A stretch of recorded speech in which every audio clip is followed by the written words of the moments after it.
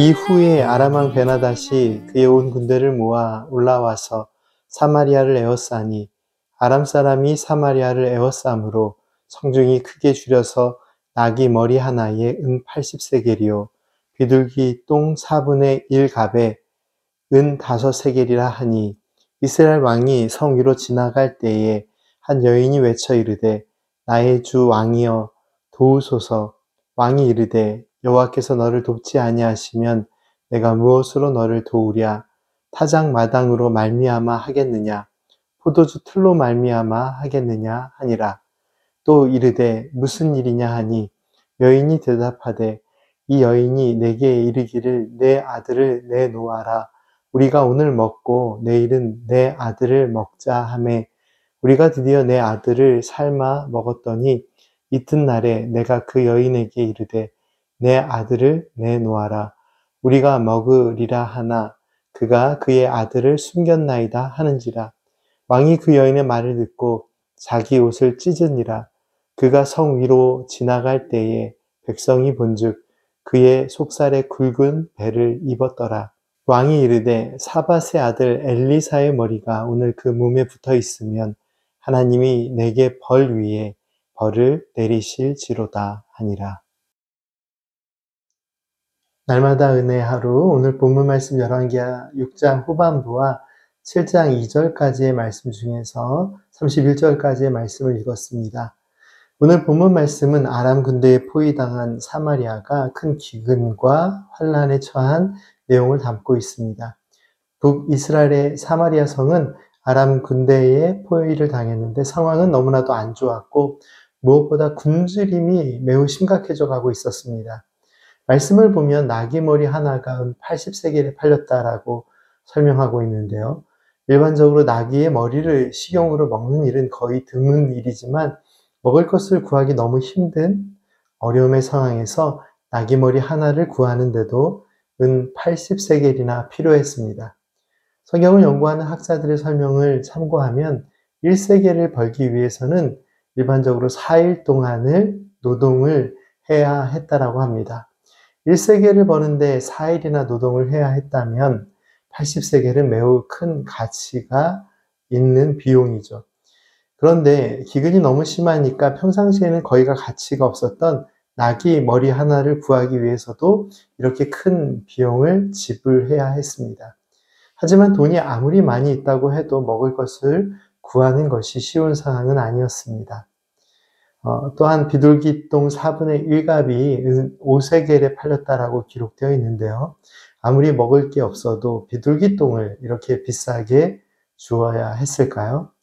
성서학자들은 여기에서 비둘기 똥이라고 번역된 이 단어는 실제 비둘기 배설물이 아니라 주로 여물지 않은 콩이나 작은 곡식들을 의미한다라고 설명합니다.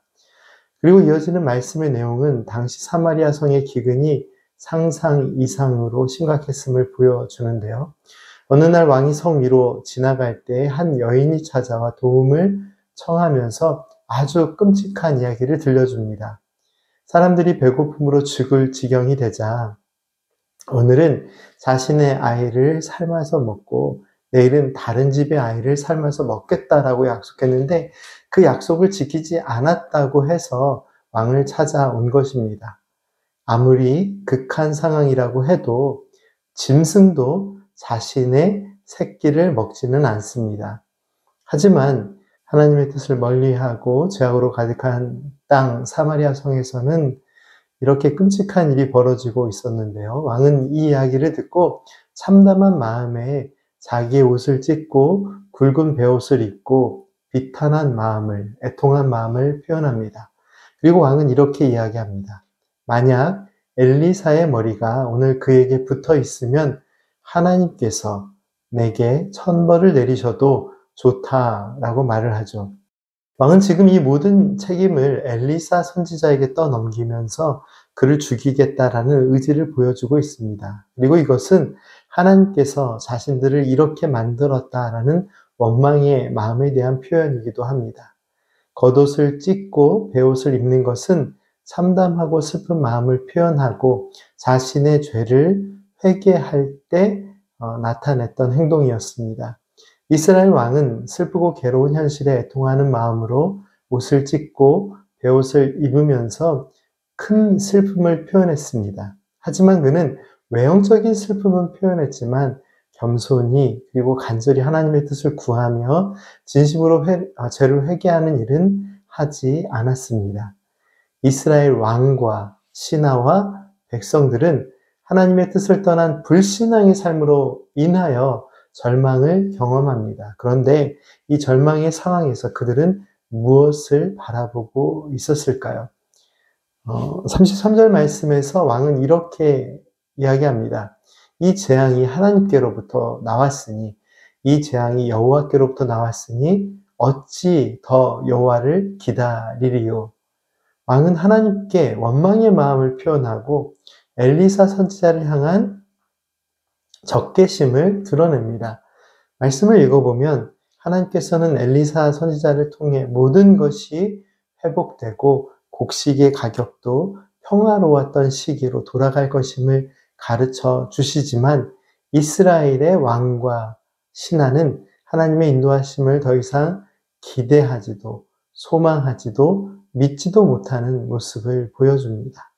비록 불순종과 불신앙으로부터 시작된 절망의 자리이지만 하나님의 계획하심과 인도하심은 분명히 다릅니다.